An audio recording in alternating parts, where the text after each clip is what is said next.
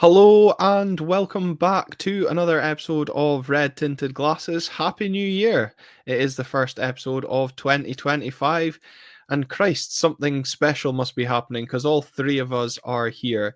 Well, we've signed a player, that's probably why Callum's come out of his RTG slumber. But Callum, it's great to have you back, but it would be great if we could be speaking about stuff positive on the pitch because it wasn't really a great Christmas and it's not been a great start to 2025 for matters on the pitch, has it? No, it's been pretty terrible. I'm just here just to prove everyone wrong that I only come on when we're winning. No, we are terrible, and I am here, so shove that. But no, it's not. It's not been good whatsoever. And actually, when prior to the new year, when I was on my way out of Tannadice, I just heard someone say, "When does it end?" And it just that sort of summed it up most perfectly for me. And it's continued. It's not ended, but hopefully things will be getting better, as you said, with some new signings, which is very exciting. And you're correct.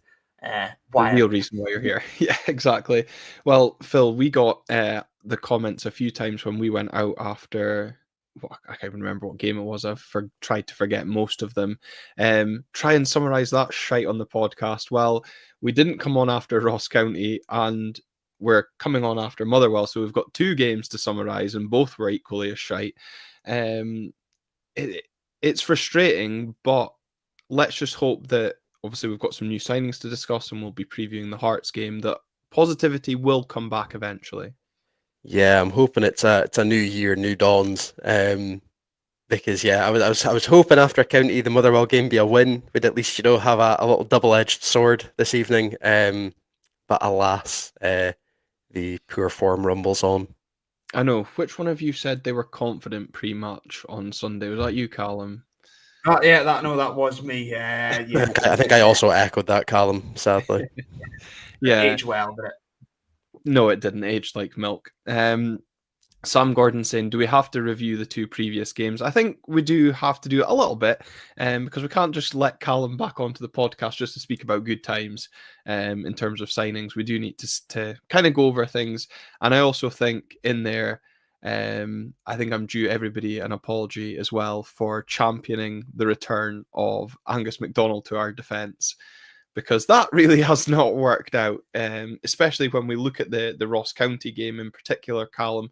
That first half was, I think, farcical, to say the least, given the conditions, but also some of our ability to pass the ball, primarily from Angus MacDonald, was farcical. I mean, I've never seen a professional footballer look so inept at controlling and passing a football as Angus did in that first 45. yeah, he said ability at passing the ball was more inability, and I mean, you've gone back on your premise of champion Angel in the team there, and really singled him out. And whilst he wasn't great, absolutely not. I mean, it could have been anyone. Essentially, it was turgid stuff, and I was really hoping, as sort of Phil mentioned, the sort of new year, new dawns, and it just, I don't. It's really summed up by the fact that to pause the game in the middle of the half and keep us all there in the freezing cold for even longer to suffer through all of that. So much so I had to leave just as added time started to make my shift at Tesco, which I thoroughly enjoyed far more than my experience at Pittodrie. It was so poor, and I am getting to the point where, as I mentioned, when does it end? Really, because you thought, okay, it's a new year, it's a good crowd. It's Ross County, they're not fantastic, and we made them look good. We were so bad, we couldn't keep the ball, and okay, conditions, whatever. But how many times can we say that? The conditions are the same for the both teams, and we just were absolutely atrocious, weren't we? Yeah, we were. And I think, Phil, again, I'm probably a bit of a jinx because on the last episode, I did say, Ross County at home, it shouldn't be a game that we're worried about. It should be a game that we pick up 3 points in. Well, there was a lot to be worried about, and we failed to pick up 3 points in. And also, we've got a couple of serious injuries to talk about as well. But as Callum said, it just, even the way that the line clearing kind of came about, kind of summed up where we are just now. Even the groundsmen probably weren't sure what they should be doing or when they should be coming onto the pitch, and it feels like some of our players don't know what they should be doing on the pitch right now. Yeah, I mean that first half especially was just an absolute nightmare. Like Callum said, not only was it freezing cold, especially when the snow started chucking it down, it just seemed like one team actually adapted to the conditions, and unfortunately, it just wasn't us. County just seemed so comfortable and seemed to know what to do. And then, like you say, Angus MacDonald in particular hitting these half-weighted passes back to Ross Doohan, who's not the most comfortable with the ball at his feet anyway, to then force him to scamper out of goal and try and boot it long in swirling snowstorms, just didn't really make a lot of sense. It didn't, but Callum, you were going to say something there, or? It was just at one point I actually remembered where it wasn't even where he was actually trying to make a pass. Do you remember when he just booted the ball into the stand for absolutely no reason at all? Yeah. And then That just was- proceeded to look at the ground like he He, wasn't sure. he looked at his boots. He looked at that was my favourite bit. Is he looked at his boot and I thought, I'm not having that. I am There was sorry. several I'm not occasions- buying that one. There was one when we were shooting towards the McDonald, then another even worse one when we were shooting towards the Merkland. Goodness me, abysmal. And then also then Jimmy McGarry passing the ball out at some point as well because it had burst without actually waiting for the referee. That was also a good one, a great one. Good comic relief, nothing else. That I totally forgot that happened, Callum. My head was on, as Phil would say, on Mars. I have never seen a player do something so genuinely stupid, pass the ball out, and then couldn't believe that we didn't get the throw in because he was like, well, the ball's burst, so that's why I put it out. Oh, honestly, yeah, geez, I'd wipe that from my memory. I was actually going to bring up, just when Phil was speaking about Ross Doohan, I mean, take nothing away from the opener from Ross County, but I was really annoyed at Ross Doohan's kind of channeling his inner Kel Roos trying to come for a cross, and I thought he made a terrible attempt to claim the cross, and we kind of never recovered from that in terms of, well, we always have like 11 men in the box. We never cleared our lines properly. As I said, you can't take anything away from the finish, but if your keeper comes and claims the cross like he should, that goal doesn't happen. It was a weird one from Ross though in general as a game because I think he actually wasn't too bad in terms of his actual shot stopping. I mean, that first half could have probably quite easily been 4-0 Ross County. Couple of smart stops from him, but yeah, like I say, it was the weird ones with sort of clearing his lines and then coming for crosses. I get in the conditions you're probably not wanting to, try and gather a sort of windy, snow-covered ball in at the box. But yeah, like I say, the first half especially, I've got no idea for a team that had been training in those sort of conditions for what, 24, 48 hours, somehow just didn't seem to know how to play in the tiniest bit of snow. Yeah, I just want to bring up this point that's just in the comments for those watching along live. Thank you very much for all your interactions. John Kilo Calm saying that Doohan isn't good enough to be fair, reason why he's a backup. A few people have messaged me similar over the course of the week in terms of when we're looking at signings, which we will come on to later in the episode, that a goalkeeper should also be looked at in this window. We've got the prospect of Ross Doohan being in goals for this weekend in the trip to Ibrox, probably the Scottish Cup game against Elgin as well. He is out of contract in the summer. For me, he is very much a backup. I don't have any confidence in him being a number one, certainly for our club anyway. Or long-term number one, I should say. No, probably not top half Premiership. I certainly think I've seen enough of him in terms of shot stopping anyway for the lower half of the league, probably. But in terms of what you're missing with Dimitar Mitov and sort of his sort of calming influence compared with Ross Doohan, it's just not there. And as I say, he is a backup goalkeeper. I think he was probably. It's a tough position to recruit from because at the time, Kellerus the clear number one, you need someone who's coming in willing to probably be backup and know they're going to be backup. And also, I think we needed someone Scottish because of the registration rules for Europe when he was signed. Yeah. So that makes it a difficult spot because if you are to replace him going into next season, or if people are saying in January, it's going to be someone who's going to be back up to Dimitar and Mitov, and who's going to be a good enough backup that wants to come and be backup.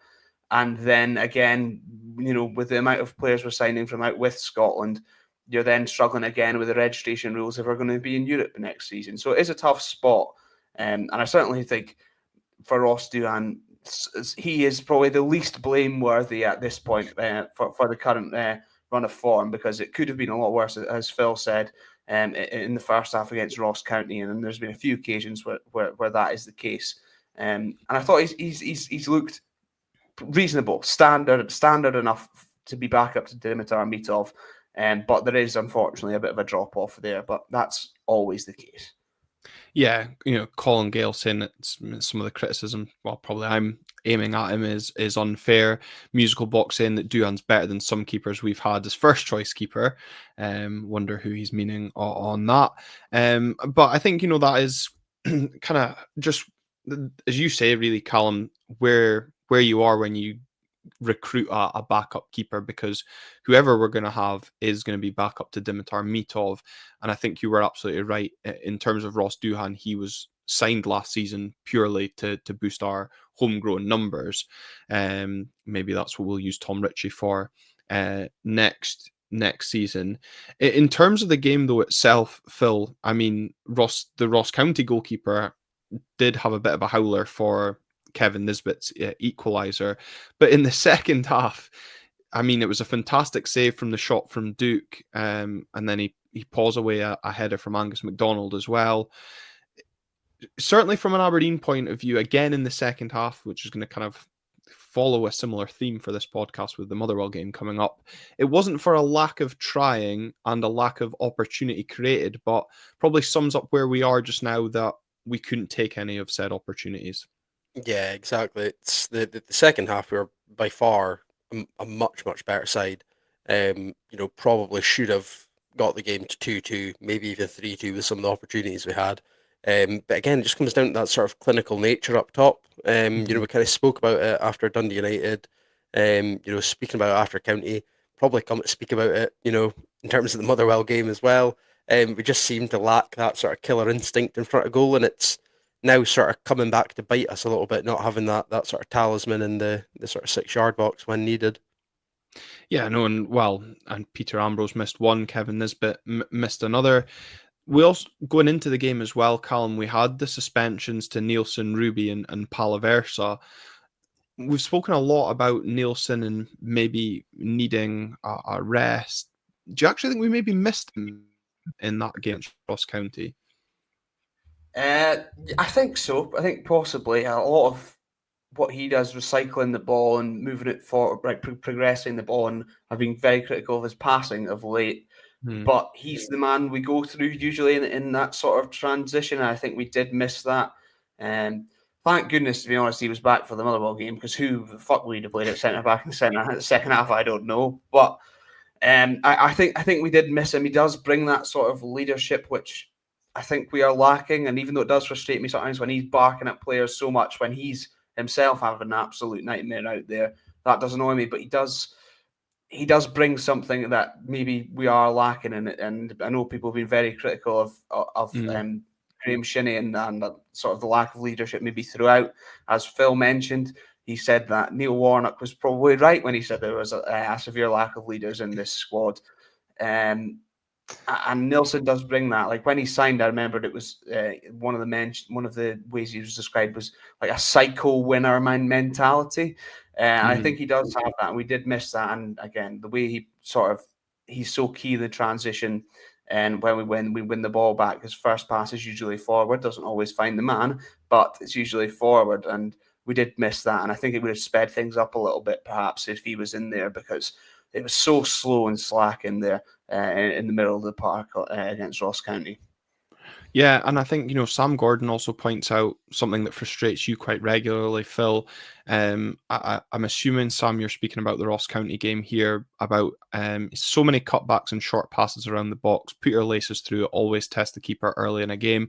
And I thought that because, I didn't actually look into how many games the keepers played, but I was expecting to see Jack Hamilton in goals as well for that game. And Dave McLennan saying, we lack a killer striker, no one in the squad who will 100% put away a chance when they get one. Again, I think you already mentioned that, Phil, as well. But it does feel we are being a bit too intricate and too neat at times, when I would rather just see us, especially in those conditions as we saw with the equalizer, just try from range. Why not? We didn't really have anything to lose at that point.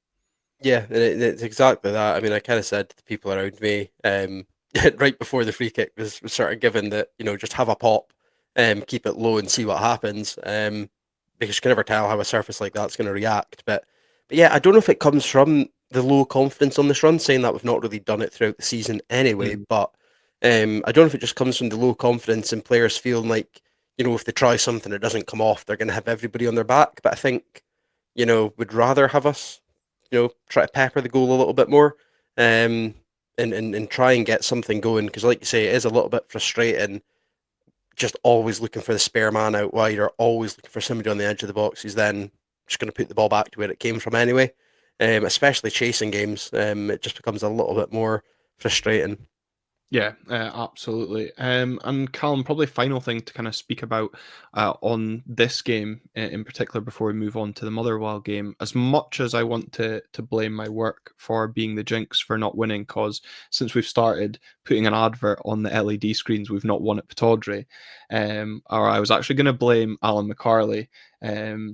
He didn't actually make it up to the Ross County game because he was suffering from illness, but he's come over from Australia, and I know he listens to the podcast quite a lot when he's at work in Sydney.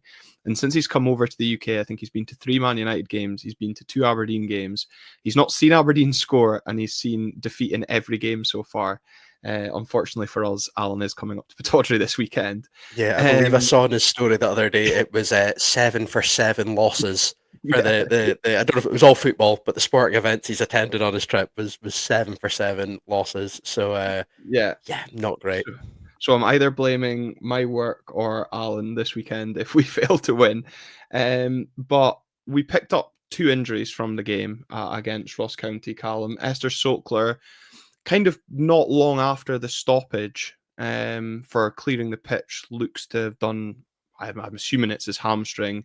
And Gavin Malloy picked up an injury during the game. Rumour that he played through a broken collarbone during that game. And both him and Esther look set to miss most, if not all, of the rest of the season. Given the game we're going to come on to, how much of a blow is it to lose both those players, especially with the recall option that Millwall hold on Kevin Nisbet, potentially leaving us with just Peter Ambrose at present? And obviously now with Ruby suspended, that Gavin Malloy injury becomes a bit more of a concern, doesn't it? Yeah, it certainly does. And I think Malloy had been probably slightly better than Rubic sort of late as well. So to lose him more long term is certainly not ideal. And he's the quicker of the two. And with a lot of teams in the league relying on pacey forwards, losing Malloy probably is going to hurt us a bit more long term. And further highlights the need for defensive reinforcements. And with Esther Sokler, I mean, nobody's taking chances right now. But at least you're going to get a good bit of work from Esther Sokler up there, and it just limits the options that we have. And probably is why, I know we'll come on to him, Jeppe Okkels, probably why he's been brought in, because Duke is probably going to need to go through the middle, because I can't see Peter Ambrose really kicking into life.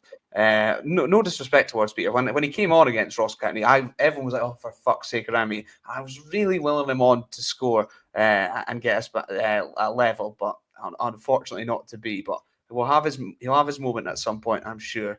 But I think it's really, really frustrating, and it seems to be every injury we get is quite significant. It's never just a couple of weeks. I mean, even Dimitar Mitov, a minor injury, 4 weeks apparently. It's really not. I know, out for a month, perfect. Right, so we start 2025 with a defeat to Ross County. We move on to Motherwell. Phil, 4 changes in that lineup, including Jamie McGrath being dropped, which maybe was a surprise to some a bit more welcomed. Obviously, the return of the suspended players in Rubic and Nielsen to the lineup as well. Me and you have spoken a lot about the chopping and changes to the starting 11. Were you surprised to see that many, or unsurprised given the performance against Ross County? I think unsurprised. I mean, McGrath was quite happy to see dropped. I think that's just I don't think he's provided much by way of an outlet, but again, not really. Well, partially his fault, but partially just he's not a winger, unfortunately. Um, so I think he's just kind of wasted loitering out there. But yeah, like I say, I think the runs probably had a little bit of an effect, but especially the Ross County game, like Callum's already said. I think we were really missing Nielsen in the middle, so I think it was a no-brainer that he was going to come back in, especially with the sort of bite and sort of gritty nature of Motherwell, and some of the gamesmanship which we saw sort of midway through the first half. But yeah, it was good to see the suspended guys come back, albeit short and sweet for Ruby. Yeah, albeit one decided that they fancied another couple of weeks off. We'll come to that because I want to stick with you on this just now, Phil, because I know Callum was working during the game, but I thought we started well in the first 20-25 minutes, and I include the defence in that. I thought both Ruby and Angus looked solid enough. I mean, they've set themselves quite a low bar to compare against, but I thought we were holding our own. We were creating chances. I actually drew a little bit of similarities in that opening 25 minutes to our performance at Tannadice, albeit a little bit more creative. Yeah, no, I would absolutely agree with that. I mean, first 20 especially, I thought our shape was good. Like I say, I think having Duke and Keskinen as those sort of wide outlet players really helped drag us forward compared to usual. So we were able to sort of get back into playing that ball into the channel. So yeah, it just sort of all fell apart. I think you'd already sort of noted it down earlier before we came live about Dan Casey's opportunity, and we just seemed to sort of buckle from there. And it's a bit annoying because it's the same sort of opportunity that we keep on seeming to give up. It's just an easy ball that's looped into the back post that nobody really seems to take any responsibility for. And I think from there, it just completely rattled any sort of good structure and sort of mentality we had in the squad. Yeah, that was the biggest concern for me, because that was almost the pinpoint moment of when the confidence amongst the back four especially, and potentially even along to Ross Duhan as well, seemed to just shatter, and it seemed to inspire Motherwell at the same point as well. But Phil, the thing that frustrated me most about that chance for Dan Casey was we've just spoken about leadership and players needing to stand up and take responsibility. You've obviously referenced Neil Warnock's comments when he departed the club, but it was our captain who lost sight of probably Motherwell's biggest threat from set pieces and just assumed the ball to go out of play. That was a biggest concern for me, let alone some of the defending that we showed throughout the rest of that first half. Yeah, I mean, whenever, even out with set pieces, whenever Motherwell can get themselves high out the pitch, you can usually find Dan Casey flying in somewhere. It's kind of what he's made his name for himself in that Motherwell team, sort of similar to what Liam Donnelly used to do for them, and sort of flinging himself into the back stick. So yeah, it's just, I don't quite get it. I mean, we sort of spoke about it, probably albeit high tensions at halftime, sulking and complaining in our group chat, but it is that sort of mentality issue that I think is really kind of worrying just now. I mean, like I think you'd sort of said, it seems to be the minute they step over the white line, they just kind of seem to forget the basics and kind of crumble at the slightest, sight of sort of pressure. And yeah, it is a little bit worrying because I mean, I think there's not really much you can do as a manager in that scenario. Yeah, and Callum, I think this is why the kind of comments that Phil made in our group chat about the lack of leadership and just speaks about it there. The comments I was making during the game about a lot of this has to be put on the players is why I think a lot of fans continue to support the manager and are behind the manager, because we can see what he did with this very squad in the first 2 months of the season. It's still that same squad, yet it's the players that seem somehow or somewhat incapable of performing to that same level. And I don't see how that can be the manager's fault at this moment in time. No, I don't see how it can be either, because a lot of it is very simple, basic stuff that's going wrong. However, with this sort of format, you mentioned the manager, there is now murmurings that there's been a rift or whatever over training as well, which is never a good sign when those sort of rumours start, no matter the credibility.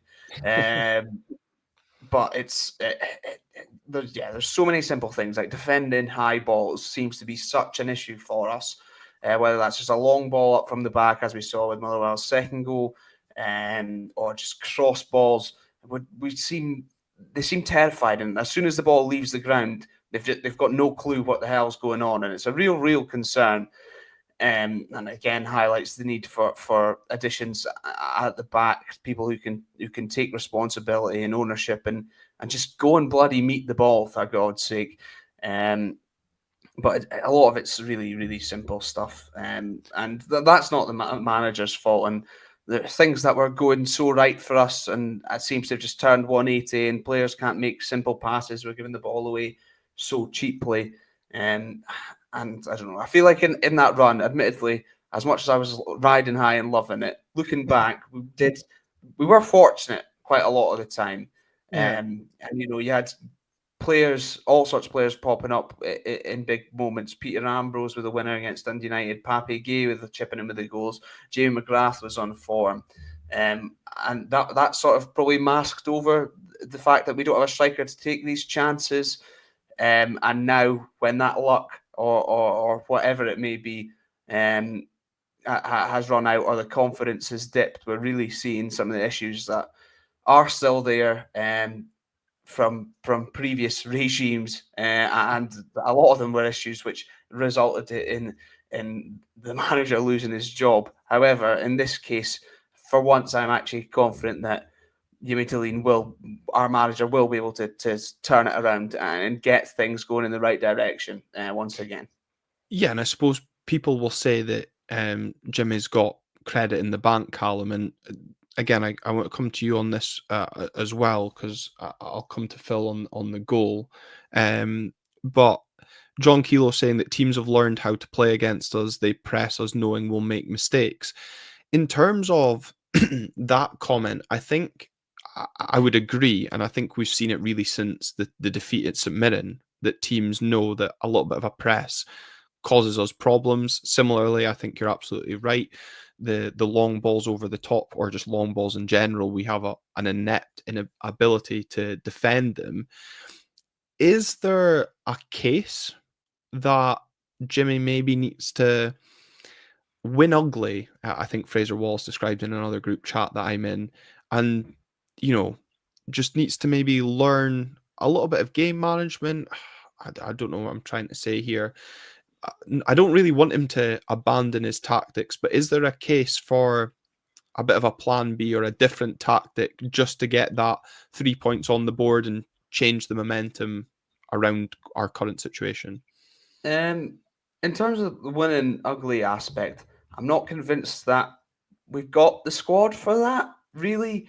As you know, them being soft was a problem a lot of the time in previous years.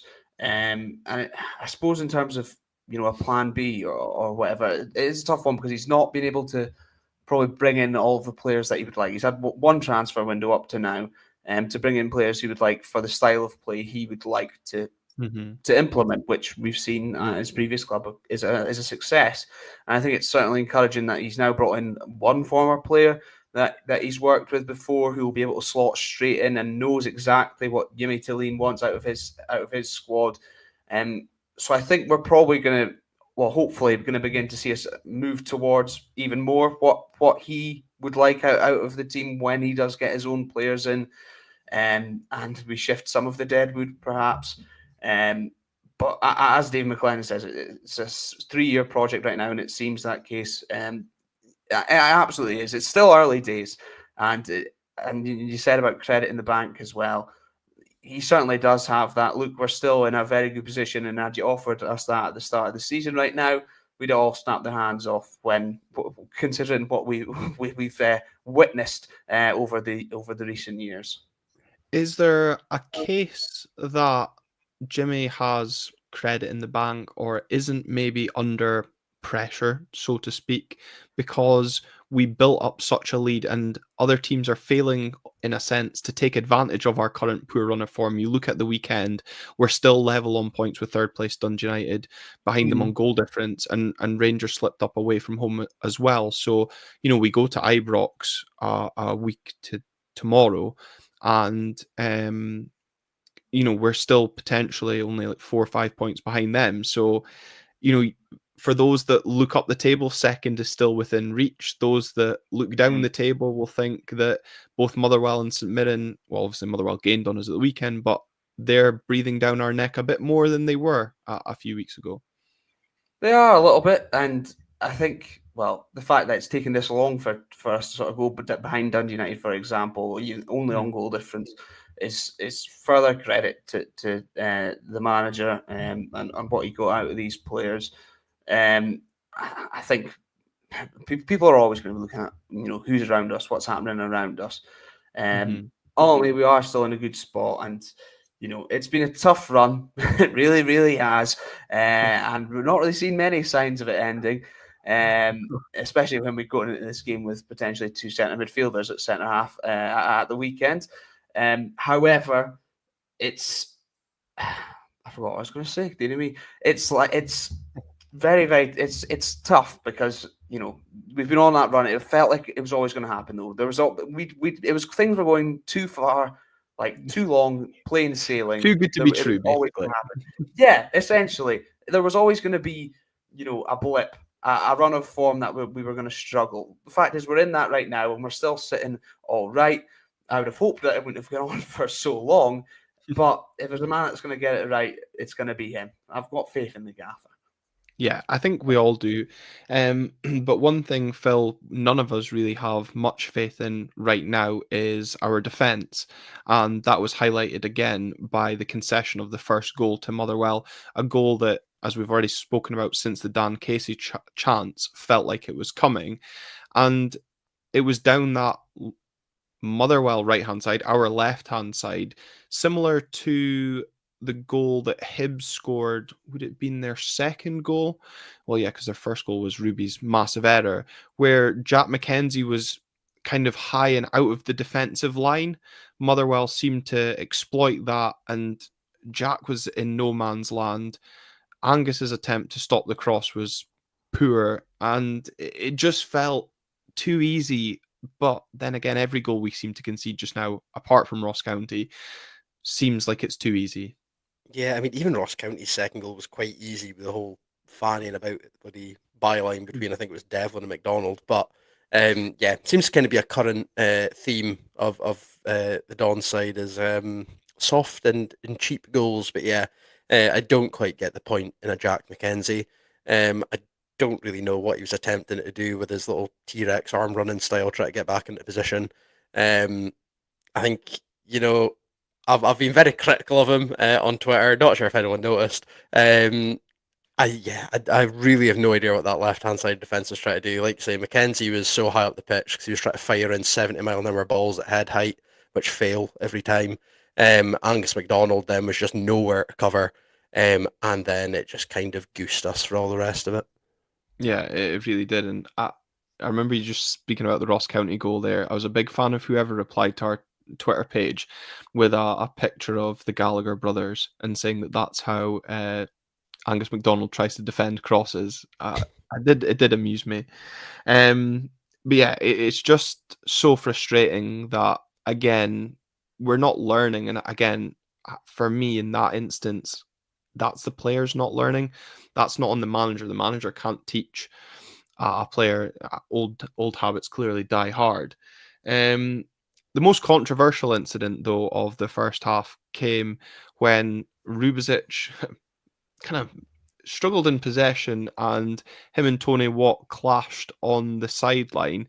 Callum, I know obviously you were working during the game, but when you watched the highlights back, and Phil, I'll come to you after Callum. But first thoughts on that incident when you saw it.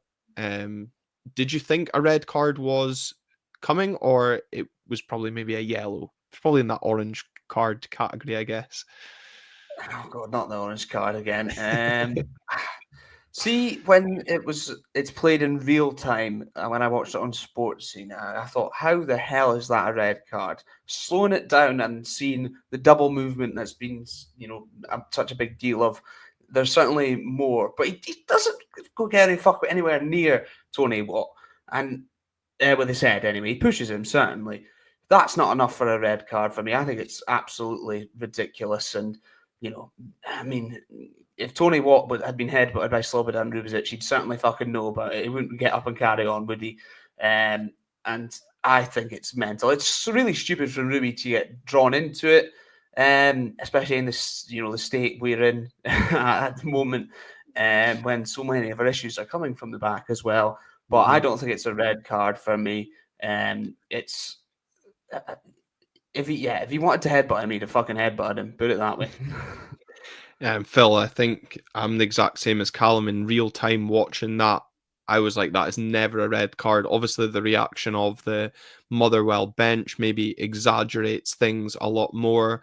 I don't know what angle the fourth official, maybe it was the fourth official that actually had a word to the referee, but I was hoping for some VAR intervention, but unfortunately, it kind of felt like one of those that there was probably not going to be enough evidence to overturn it if it was the red card. Similarly, I think if there was a booking, I don't know, I still think it would have been harsh to upgrade it to a red, but I mean, I hope Tony Watt receives an Oscar for that acting, because it really, for me, drew similarities to the Charlie Mulgrew, Kyle Lafferty incident. Yeah, it's a strange one because, like you said, I think in my head, in the sort of world of VAR that we have now in football, the referee probably should have pulled a yellow and then potentially reviewed it. I'm not Then exactly too sure on their protocols, but it's like you say, I think there wasn't enough evidence either way to swing it, which is a little bit probably why he's gone straight to the red, because when he's looked at it, he's probably just seen, head to sort of chest area and a shove, and he's just kind of panicked a little bit. But also at the same time, it's just exceptionally stupid from Rubic. I don't know why, especially with the sort of reputation that he's got as a person. He's bald and bulking. Who's more likely to headbutt somebody on a pitch? Probably him. So it's kind of silly from his part to give the referee that decision. And also, how are you getting wound up by Tony Twitch.tv Watt, who raises chickens and is chronically online? How are you letting that man get inside your head? I'm sorry. Do a bit better on that side of things. And I guess it comes back to that mentality thing. On this run, you can't afford to just be a tit. Like, just keep the head. Red tinted glasses where no stereotypes will ever be applied. The bulk audience has tuned out. But this is naturally gonna attract a lot of opinions, and for those watching on YouTube will have seen some of the ones that have been shared. Jason Watt saying it was soft red, but it was a red. Colin Gale saying Ruby gave the ref a chance to make a decision, and Andy B saying he thought that Welsh was given the nod by the fourth official, which I probably agree with as well. But I want to come back to the point from Paul Donaldson as well. As Sam Gordon says, it's important to control your emotions during the game. I think that was something that Jimmy Talene said post-match. Paul Donaldson asks Callum, should the club appeal the red card? Given it's about £1,000 to appeal the red card, and Ruby's going to be well, I saw someone say we should appeal it because if we lose the appeal, Ruby misses another game, and that's not necessarily a bad thing given how much of a bomb scare he's been recently. But I think it feels like one of those that would be a bit of a waste of money. Yeah, there's no way it's getting overturned. I think with nowadays, especially with VAR as well, if it's going to be overturned, you'd hope it would be by VAR. And I think that just adds sort of to the case. I mean, there is movement there from Rubic as well, so there's it wouldn't be overturned, I don't think. But as you say, maybe further suspension is not a terrible idea, so we can watch Dante and help the Nilsson at centre back. Well, we didn't get that opportunity to do that straight away because Nilsson moved into centre back alongside Angus MacDonald. And you normally expect double punishment to occur on the concession of a penalty, not the concession of a red card and free kick inside the opposition's half. But oh no, Aberdeen and long ball syndrome strikes again as one simple route one football undid Angus MacDonald, and it was also simple for Massanise to slide past Ross Doohan. And Phil, really at that point, it very much felt like game over, didn't it? Yeah, I mean, he was causing us trouble all day, so it's kind of probably unsurprising that he kind of got his reward. I didn't expect it to be 60 seconds after the red card. But yeah, a little bit frustrating again, and it's kind of what we've spoken about in this episode, on the past, God, however many episodes now it's been since we've kind of shit the bed. It just seems to be the most simple things that seem to unpick us, which is yeah, not really fun to spectate. No, it's not. And again, I put it down to another simple goal. But Calm, at halftime, you think, right, we're going to maybe make a couple of changes. I think the changes will have surprised many an Aberdeen fan. How much do you think that was Jimmy Talleen fed up with what he saw? Or do you fall into the category of some that it is a statement to the board that I need better players and I needed them now? Angus MacDonald coming off for Dante Polvara, as we've already said, going into centre back. And I think the other surprise for me, well, maybe not because I didn't think he offered anything, was Kevin Nisbet coming off for Leighton Clarkson. So we started the second 45 with no recognised striker, because for me, I have Duke as a winger in this squad, and no recognised centre backs as well. When going into this weekend, we only have one fit and available recognised centre back. Recognised? That's a bit strong, Well, I think. yeah. Doing a lot of heavy lifting. Yeah, I think both of what you said is probably correct. He didn't have any better options. Genuinely, Nilsson and Polvara probably the best options at centre back, given what was available. And I don't know if he was making a statement because there wasn't really much alternative. I think taking off McDonald, I suppose, given he is a recognised centre back, and we're playing two centre midfielders in there, that could be a bit of a statement. And if it was, I think it's worked because we're seeing transfer activity now in terms of getting bodies in. Obviously, we made one signing already, being linked with two, at least in mainstream media, Philip. So it's possibly worked. And the Nisbet one, I'm certainly not surprised. I thought Duke, when he was through the middle against Hibs, actually worked at Easter Road. I thought him and Morris at the time linked up really well. And Duke ended up having a couple of chances. But again, he's not firing. So not finding the back of the net on those occasions. And what alternative really was there? You've got to try something, I suppose. So why not play Polvara and Nilsson at centre back? It's interesting that he did do it, and I was certainly very surprised. And it really is sort of a spit in the face, I suppose, to Angus MacDonald, and maybe it might cause him to buck up his ideas at this point. Yeah, and I think, it was quite telling that the centre back, in inverted commas, pairing that we proceeded to go with in the second half looked more competent than any centre back pairing we've seen over the last 10 games. Albeit maybe you could put a little bit to the fact that Motherwell, I don't think they took their foot off the gas, but maybe didn't test that pairing as much. Skoksker mentioning that how often Dante was playing at centre back when on loan in America. I know you picked up on that point as well, Phil, on social media. But I thought both Nilsson and Polvara excelled in that position, especially for the criticism that Nilsson was drawing off of Michael Stewart, that the Motherwell forwards would very much enjoy the lack of pace in the back line, in Nilsson in particular. But Callum, you obviously mentioned Duke through the middle. Yes, maybe he could have done a bit better with some of his chances. I feel he's a player that's in desperate need of a goal, and I felt so sorry for him with that effort coming back off the bar. think he just needs that little bit of confidence boost in front of goal. But I thought him alongside Topi Keskinen, again, Topi running himself into the ground in that second half, direct, causing and creating chances. I know some people will still pull up on his final product, but another player who I was impressed with in that second half, Phil, was Leighton Clarkson, a player who did the usual pre-match talk about we'll show the fans on the pitch, which I tend to hate when we're on a losing run because it always backfires.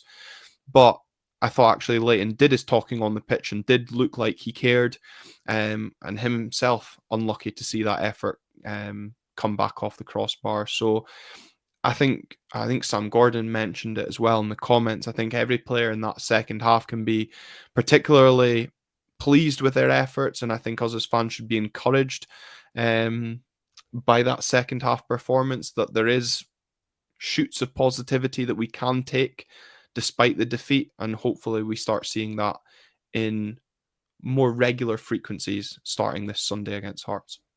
Yeah, like you say, the second half was by far and away the better performing Aberdeen 45. Like I said, I don't know if the change in centre half being a bit more positive. Obviously Povara playing sort of middle of a three majority of his time in the States, quite a positive sort of ball playing defender during his time there. So I don't know if that kind of helped drive us up the pitch, playing into obviously Clarkson and then in behind through Duke and Topi. Get them mixed up there. But yeah, I think it's like I'd sort of said during the game. I think we've got a lot of positives to take in sort of looking at transfer activity coming in.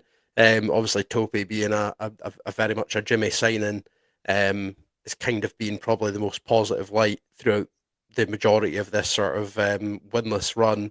So if we can get more players in that can also sort of be that positive light and fit the style, then hopefully we should see more of those sort of performances coming at the forefront. Yeah, I think what was also telling in that second half was that Topi was over on the left, which he wasn't in the first half. And again, he looked very good in his natural position, which I guess, Callum, will take us on to transfers then.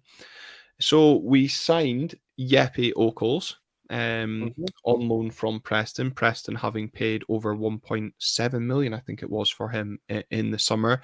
Linking up with former manager Jimmy Tillene once again. A fast, direct winger. Exactly what we need in terms of a player able to take chances. Also looks like he can finish, although in the highlight reel that I've seen of him, I think there's a lot of terrible goalkeepers in Swedish football. I just hope that any chances he does create, we've actually got someone able on the end of him to take them. Certainly, and I'd hope he'd be able to take some himself. I'm very happy with this signing. The fact that someone, he's not played a lot of football at all. I think that's due to Preston signed him when their manager was leaving, and then a new manager came in and didn't play a system with wingers, so he's just barely played for them. So initially, when I saw he'd been there 6 months, hadn't really played and was leaving again, I was very, very concerned. But I'm happy that it's someone that Jimmy's worked with, knows exactly how Jimmy will want to play, should slot in nice and easily. I'd probably expect him to start this weekend against Hearts, given he'll have had a good few days in training, and we are struggling. I think the prospect of maybe Duke through the middle with Keskinen and Jeppe on the other wing is quite exciting, I think. So I'm very, very happy with that. Even more happy that it's a loan with an option to buy as well. Because if it works out and it's someone that Jimmy knows, then get him snapped up if it works out. I'd be all for that. So positive, a signing, probably at the opposite end of the park than we were all really hoping for this week, but it's a start. Yeah, I know, and that was going to be a kind of comment that I came to, is the fact that we've got the option to buy, because I hate falling in love with a lone player only to see them disappear. So at least we've got that option. The comment on screen from Sam Gordon saying he's only played 12 times since leaving Elfsborg. John Kilo saying that he signed after the manager who wanted him was sacked, so maybe a reason why. And I did have to laugh at the Preston fans saying that when Preston announced his move up here, he was warming up because Preston don't have any pictures of him actually playing for them to maybe show. despite his lack of minutes, Phil, he does say in his Red TV interview he's eager to start the game. Callum's eager to see him start.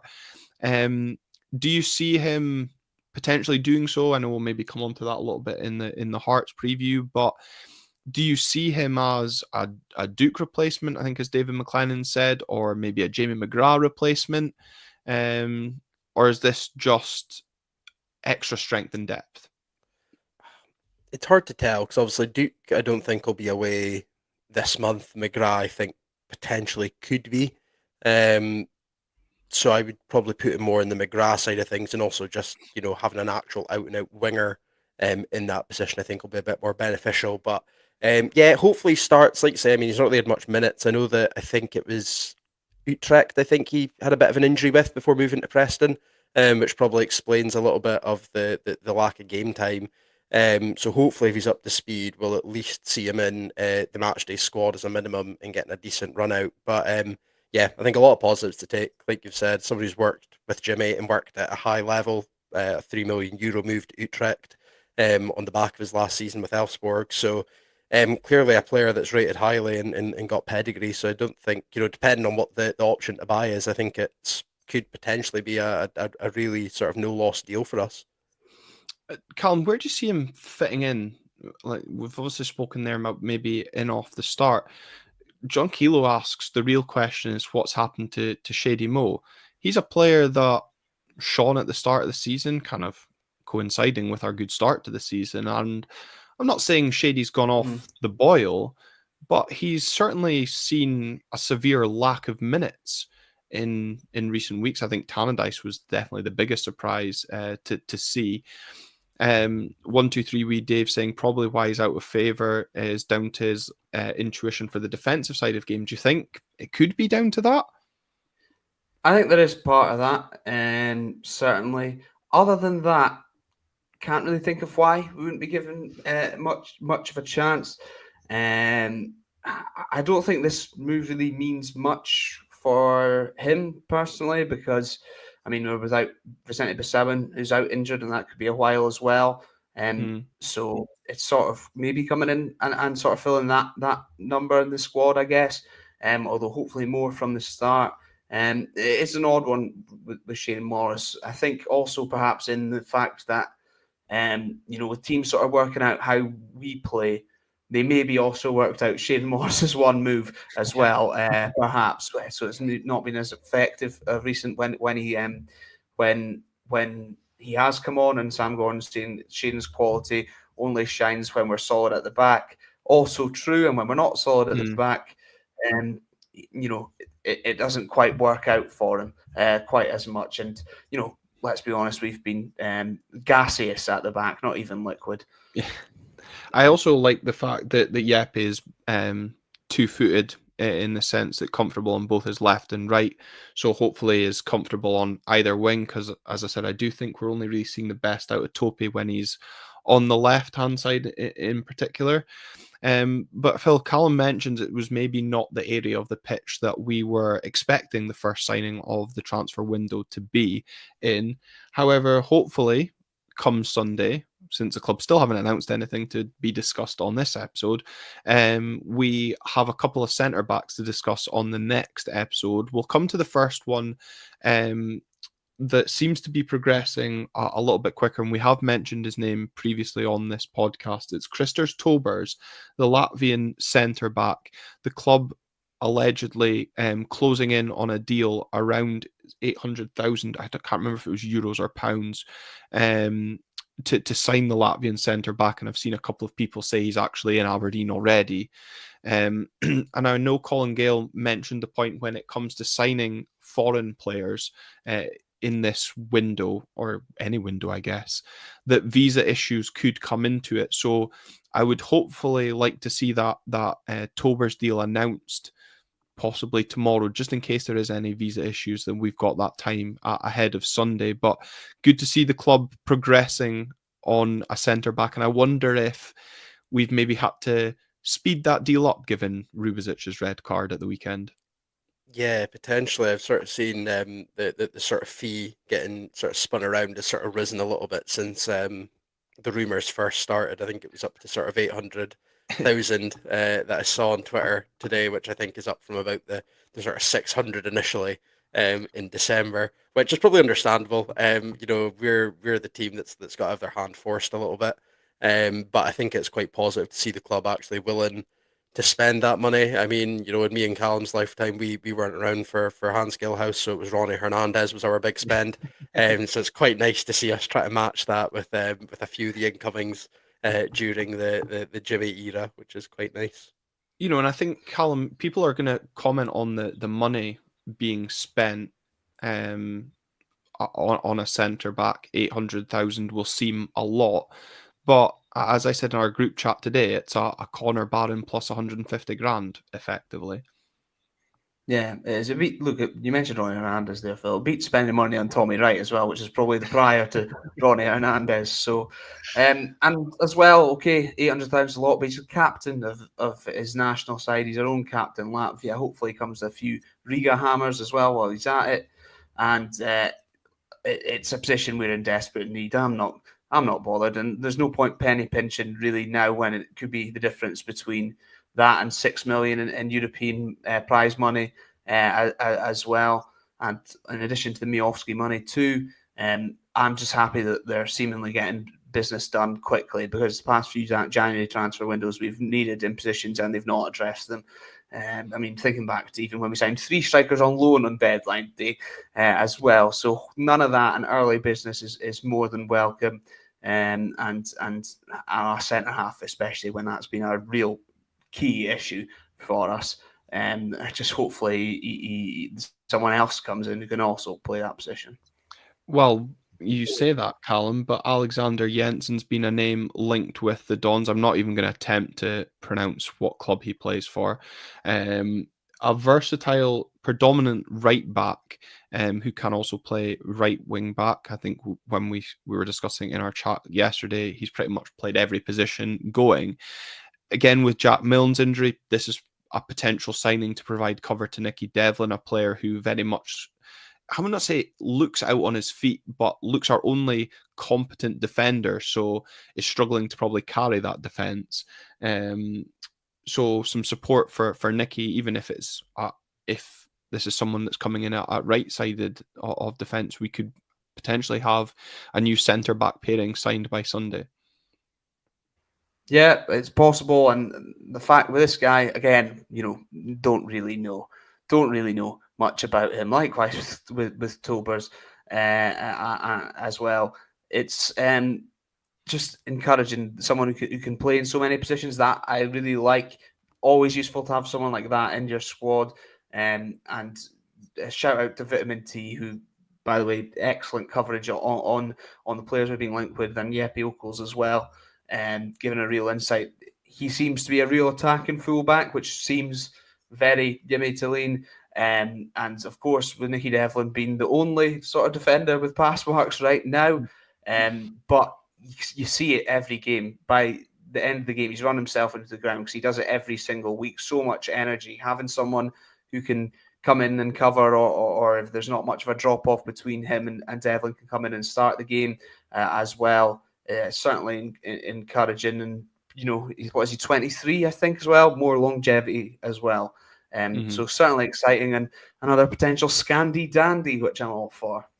And Phil, also great to see that the club have moved quickly to identify areas that need strengthened, and not afraid to put a bit of money behind it. As Callum said, obviously a lot of prize money at stake come the end of the season. We've already seen, well, really Hearts should have progressed in Europe, and the potential that comes with finishing third, especially given now that Hearts didn't. This is the last really opportunity this season to take advantage of an automatic progression to group stage football by finishing third. So really important that the board do what they can to support Jimmy, and then it's up to the players to go out and gain that position. Yeah, I think like Callum said, it's not the time to really penny pinch. I also think, we're actually in the position which Aberdeen typically aren't, where we actually do have a decent bit of funding behind us to actually go out and make moves. So if we can make them quickly, bring in this Danish version of Ross McCrory, from what it sounds like on Twitter, yeah, pretty good business, and also again just sort of brings that average age of that position down a little bit, so a little bit of future planning as well. Should we get a good deal on it? But yeah, get those players in that can sort of work for Jimmy's system. The sources close to the Marignac world, sort of peddling some more rumors around some former Jimmy comrades. Both the top and bottom end of the pitch. Callum's walked away in frustration. Also, there's been some rumours about some sort of short term fixes at left back, but much like anything I say, take all of that with a pinch of salt, unless it's right, and then I will say, get it right up, you Callum, right? It's only Callum that provides nonsense transfer rumours on here. We do not need to lower ourselves with you providing some as well. I know your role and shut your mouth. This is the only reason Callum comes on these podcasts, is when transfers are involved. But hopefully there is some more on that to discuss throughout the month. But we do have a game. Unfortunately, we have to go back to speaking about matters on the pitch, Callum. Hearts are the visitors on Sunday. Only realised that today that it's on Sunday because the game's on TV.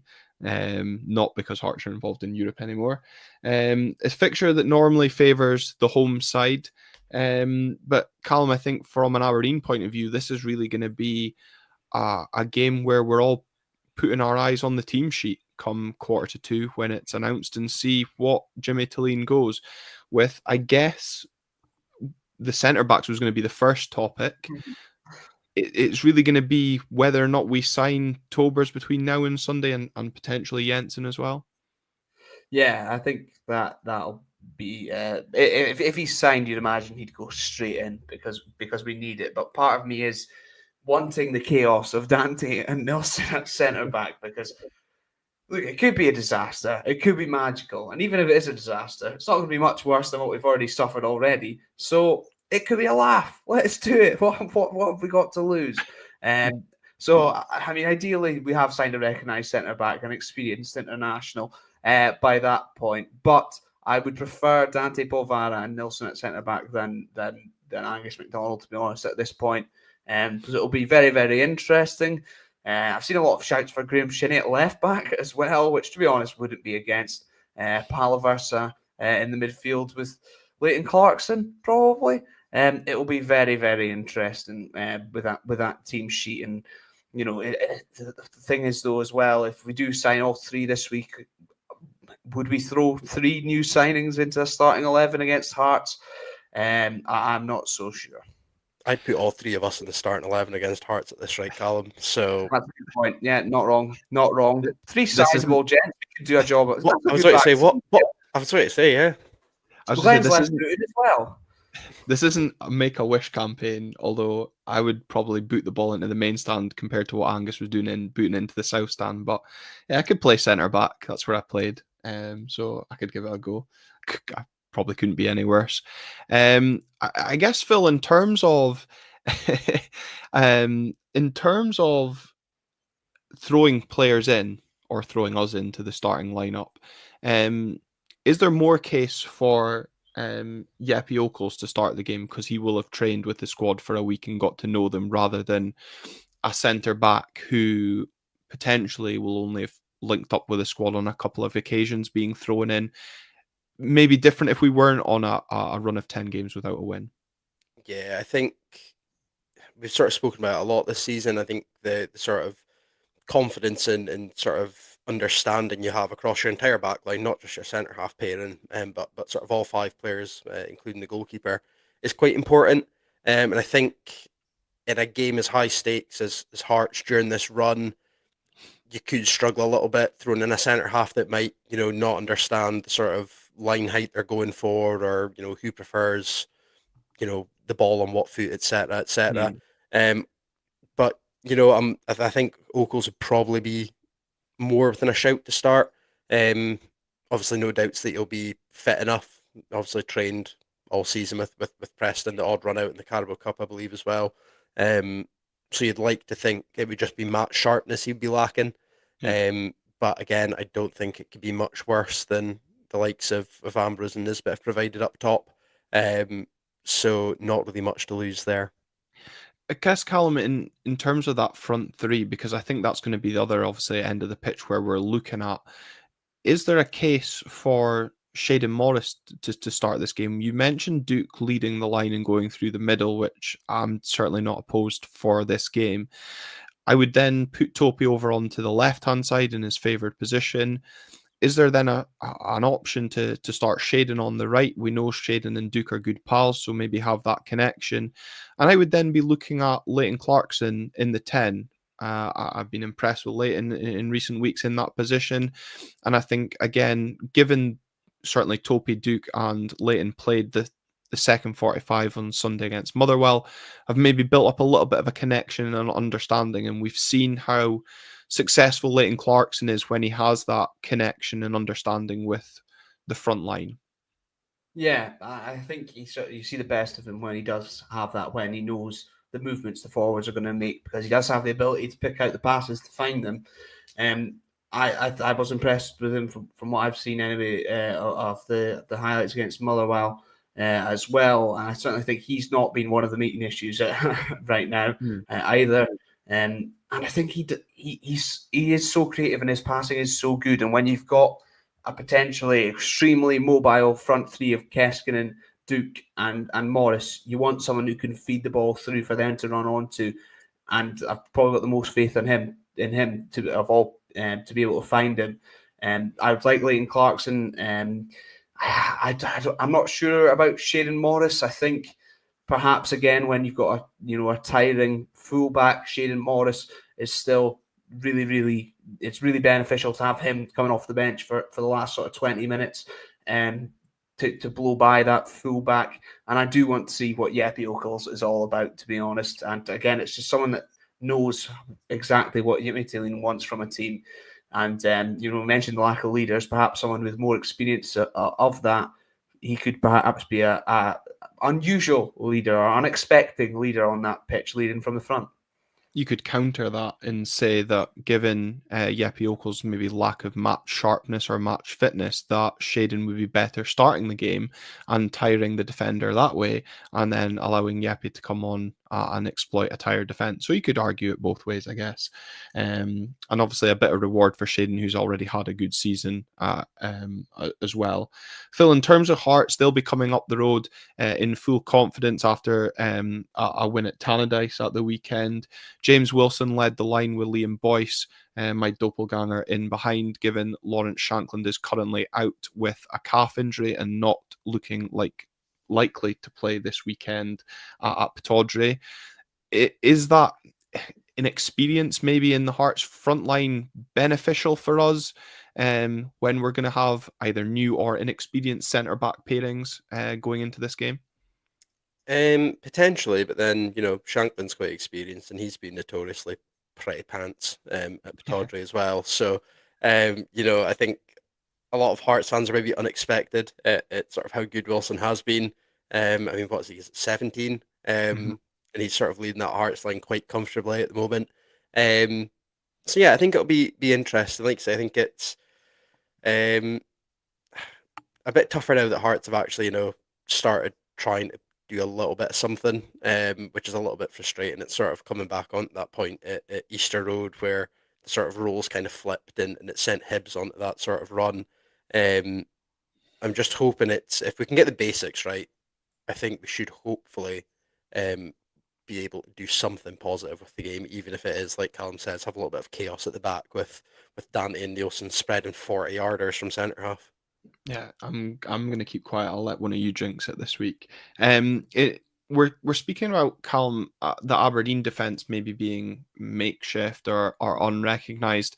Hearts themselves have had an offer for Kyle Rolls this week, £600,000 from the MLS, which Neil Critchley said is an undervalue of the Australian international.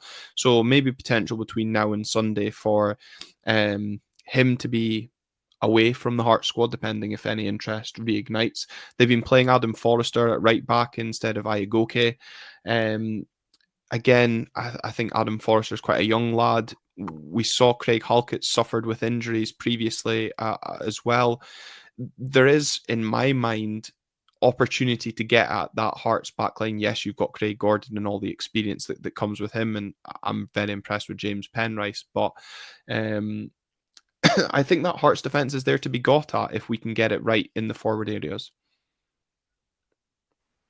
Couldn't come off mute there. Yes, I do agree. I mean, over the years, with Halkett in that Hearts defence, he's never really, been able to keep that fitness and stay in the side, and that's caused a bit of chaos for them.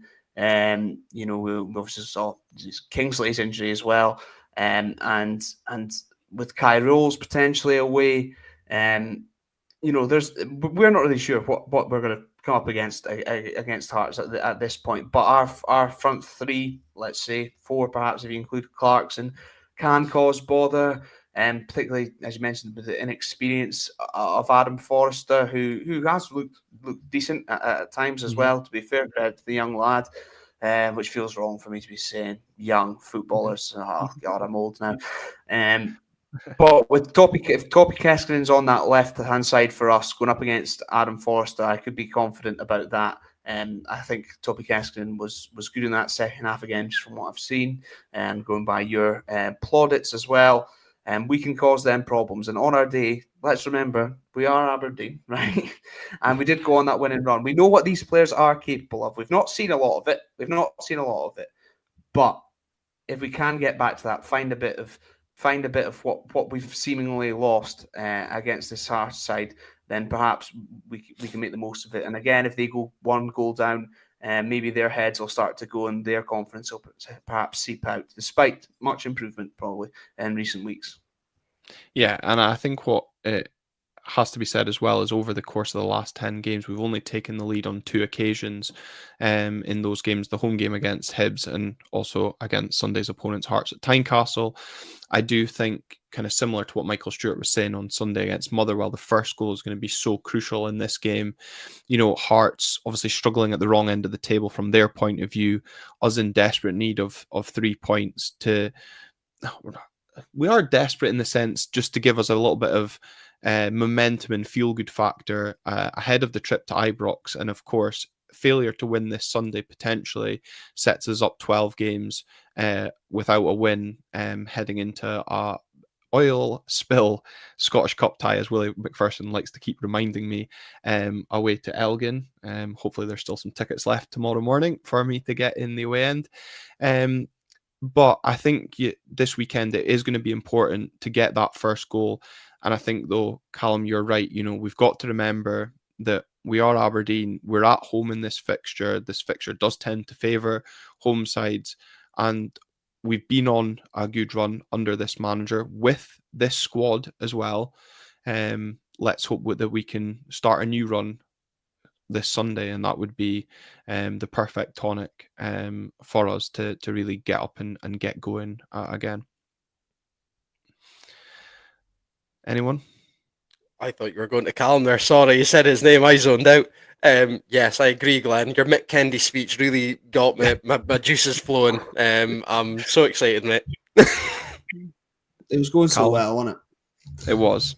We did really well. We an hour and 15, and that's where we fumbled. I'm blaming my US cold and flu meds. They're sending me non-verbal. We were doing about as well as the Aberdeen defence, holding out until we made a mistake. But we've done well. We'd have made it a lot earlier if that was the case. Very true. Thank you very much to both of you. Good to have you back on the podcast, Callum, as well. Hopefully we can get you back on between the game this weekend and our preview of the Rangers game midweek. It's going to be a busy week on this podcast, having a midweek fixture as well. And then we'll also be previewing that Scottish Cup clash against Elgin as well. Thank you very much to those that have watched along with us live here on YouTube. Remember to leave a like on the video. Subscribe if you're new to the channel as well. Why not leave a review if you've been listening on audio as well? Until next time, thanks for the support. We'll see you then.